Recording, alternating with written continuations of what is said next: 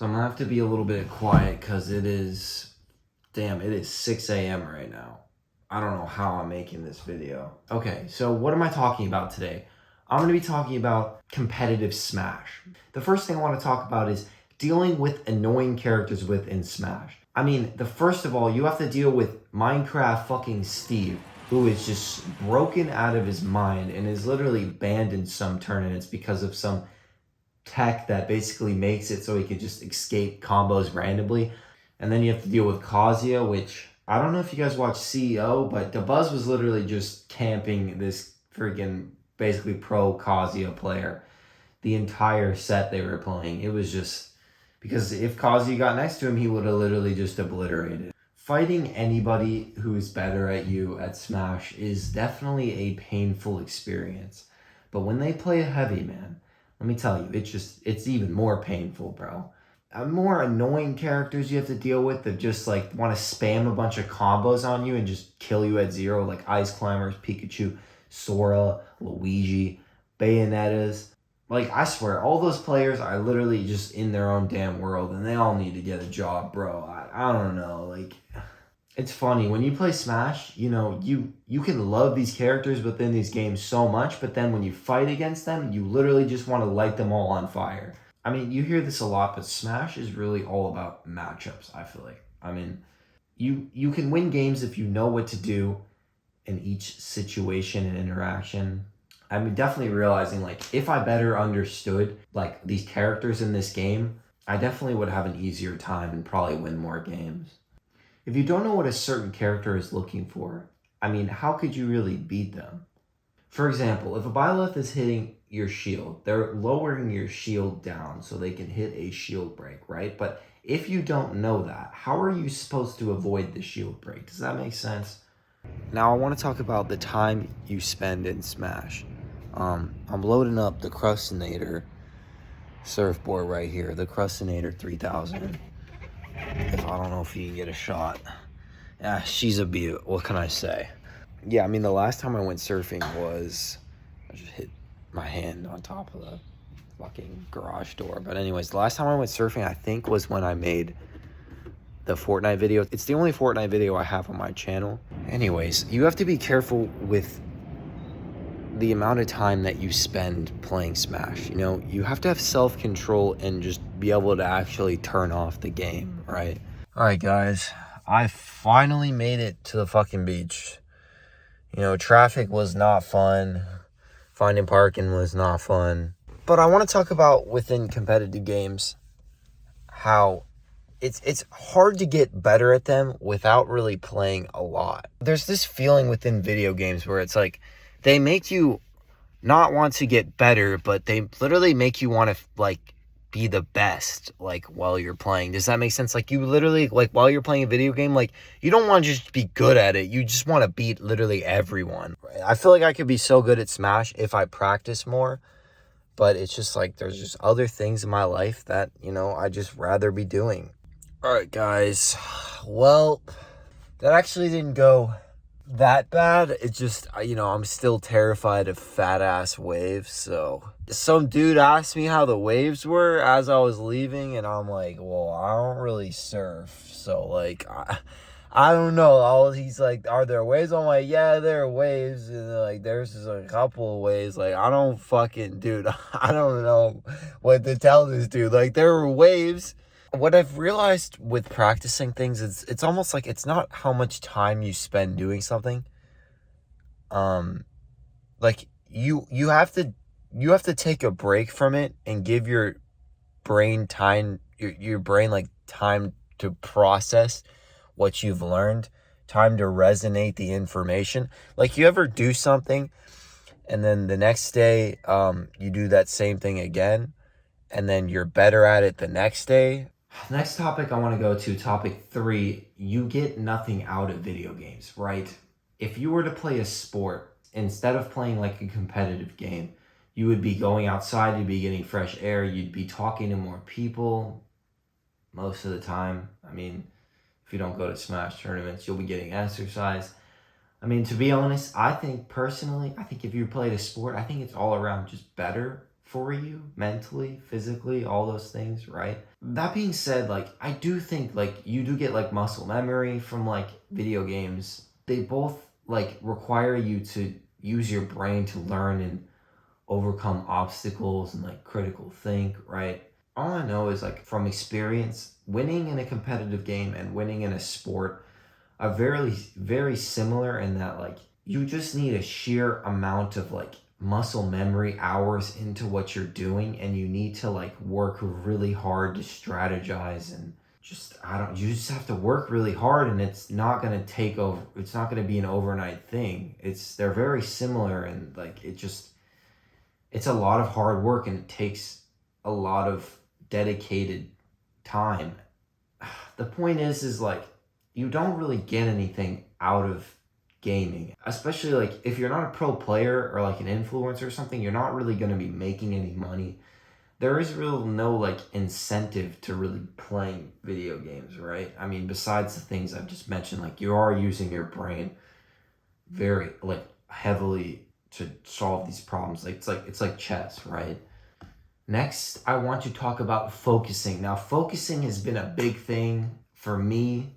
I feel like I think one of the things that Smash has actually helped me do is really just help me focus on things. It's all about just living in the present, not like because when I used to go to tournaments, I'd be worried about 100 things going on in my life, and it would just fuck me up, right? And I used to think like, and I still do kind of think this is like, if I'm 100% focused on what I'm doing, if it's not a video game or it's a tournament, then for this sake, I'll talk about the tournament. Like if I'm 100% focused on the game, I will feel like I could play really, really good and potentially beat players that are honestly better than me. But to be honest, being 100% focused on playing a game is somewhat unrealistic, right? But the thing is with Smash, it's important that you do this. It's honestly crucial.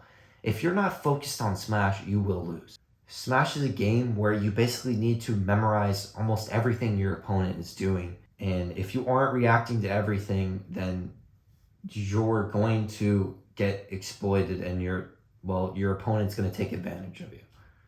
I think for me personally, I think what I need to realize is like if I'm not 100% focused on the game, I shouldn't be playing, I shouldn't be watching, competing, practicing in general. If I'm not going to be 100% focused, what's the point of practicing? So the next thing I want to talk about is improving. Now, I feel like it's pretty common for a lot of people to be doing something for a while and feel like they're not improving at something. I think this happens because in Smash, you get comfortable doing almost the same things over and over again. And I heard Tweak say this once, where you have to have an open mind when learning Smash. This is something funny. Improving in Smash, like I mentioned, it's hard. Like, yes, you can watch Smash, but a lot of times you'll tune it out and just kind of autopilot watch. You could play Smash, but a lot of times you'd autopilot play and just kind of just going through the motions, right? But something I did recently before I went to the tournament, which I actually think did help me, is I was just taking notes from like pro players playing Sephiroth, which is my main, right? Just to show you how sweaty this game can be when it comes to improving, right? Now, the intensity of Smash. Anyone knows that when you play Smash, there's always going to be that last stock situation where basically any mistake can cost you the game. But any commitment could also win you the game, right? You basically kind of overthink every possible situation. Then you either do something dumb and neutral and you die, or you fucking just SD because there's so much pressure, right? It's funny, to talk more about the intensity of Smash. It's like I was playing in a tournament, I think a week ago, right? And I lost to this Samus. And I've been going to tournaments for a while. And to be honest, guys, lately I've been feeling like the only way to actually win or just can like do actually good at these tournaments is to just grind really hard. But honestly, guys, if you go to a tournament, just go there to learn. You don't have to win. Now, I want to talk about Smash Rage, bro. That's going to be number 7 in Smash Rage. I don't know what it is about Smash Rage, but I don't know. It's a real thing. The casuals rage, the pros rage, bro. This game is just so rage inducing sometimes. Because sometimes At least when I be playing this game, I'd be like, did that just happen? Like, what? You know what I mean? And if I talk about myself specifically, um, is that if I lost in the game, I have to realize that, you know, work has to be put in to actually get better at the game. When you play Smash, you got to think this too, because Smash Ultimate's been out for a while, right? And there's probably not going to be another Smash game for at least till the next console comes out, right? But we're actually unsure if there's even going to be another Smash game, because Masahiro Sakurai, I think that's how you say his name, which is the creator of Smash, you know, it's unsure if he's going to make another Smash. Most people think there is, just because Nintendo likes money, right? But yeah, it's like, why put in all this effort into this game if isn't even going to be another game? A lot of the Smash games, from like Melee to Brawl to like Wii U, you know, all those games, they were all like really different. So if a new game does come out, you know, there's going to be a lot of new things to learn.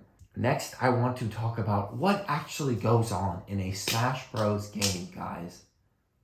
All right, it all starts when you literally just load in and it goes 1, 2, 3, go, and your opponent chooses an option, you choose an option. Like, that's information. Do they play defensive? Do they play aggressive off the start? From the start of the game, there's already information. The trick is to basically figure out what your opponent is doing and not let them figure out what you're doing. All right, so I want to show you some like actual examples from the game of this happening. This is from a pro tournament that just happened. But we see MBD air dodging back to stage right there. The hero player figures out what MBD is doing and punishes the air dodge back to stage. All right, so next I want to show you how MBD doesn't let this hero player figure out what he's doing. More specifically, figuring out his approaches. So we see MBD starts the game off with a grenade back air for the approach, right? And then he goes in for another approach over here, but he jumps in with bombs. So he's not jumping in with back air. To be honest, guys, this game is just extremely fucking sweaty. And I swear a lot of people just dedicate everything they have into this game. And it's frustrating, man. People are good at it. I mean, this dude literally has a fucking case for his controller. Like, people who are good at this game, you know, they will break down each frame that is happening. Everything you do in the game is a frame that could be used and just affect the outcome of the game. Something crazy is, like, if you don't fully understand how a certain character works and like what combos they're looking for, you might not be able to beat them, and they'll just take advantage of you and just win the game, right? For example, I once lost a tournament because I had no idea how to deal with Game & Watch pancakes, Game & Watch neutral B, while he was spamming it on the ledge. I've learned that jumping off the ledge before you could pancake works, or jumping there when there is an opening in the pancakes, because I think when he throws them in like threes. Smash Online is trash. You know, the game already has delay, right, offline, and now online just adds more delay. I really wish offline like just played exactly like offline. I basically got into going to like in-person Smash Bros tournaments to play good offline players. I don't know where Nintendo really stands on Smash tournaments. I don't think they like love them. So isn't this kind of like, shouldn't they fix their online so I don't go to tournaments? I wish Smash would make it easier for you to play your friends online. Why can't multiple people play in an arena on the same Switch? If I'm playing with my friend who's like across the state and we want to play doubles, why do I have to play in an arena? Why can't the game just match me with two other people that want to play doubles? Why can't I turn items off when I'm waiting for a battle in quick play, like in the training room before I get into my battle in quick play? Why do I have to play a different person in quick play to change my character? Okay, so now it begs all of these questions. Why would anyone play this game? Why do you play Smash? The bottom line is, like, this game is ever changing and complicated. People who play this game competitively and don't make this in their entire life are probably balancing life, responsibilities, relationship, careers, mental health, fucking exercise, all these things, and playing this highly competitive game at the same time. I think, in conclusion, guys, you have to figure out what you're looking for out of Smash. This might kill the Smasher rage too. If you figure out why you're playing this game, you might not get as frustrated when you lose because you understand that winning might not be the actual goal for you. You know, the goal isn't winning and beating everybody who's insane. The goal for you is to just keep improving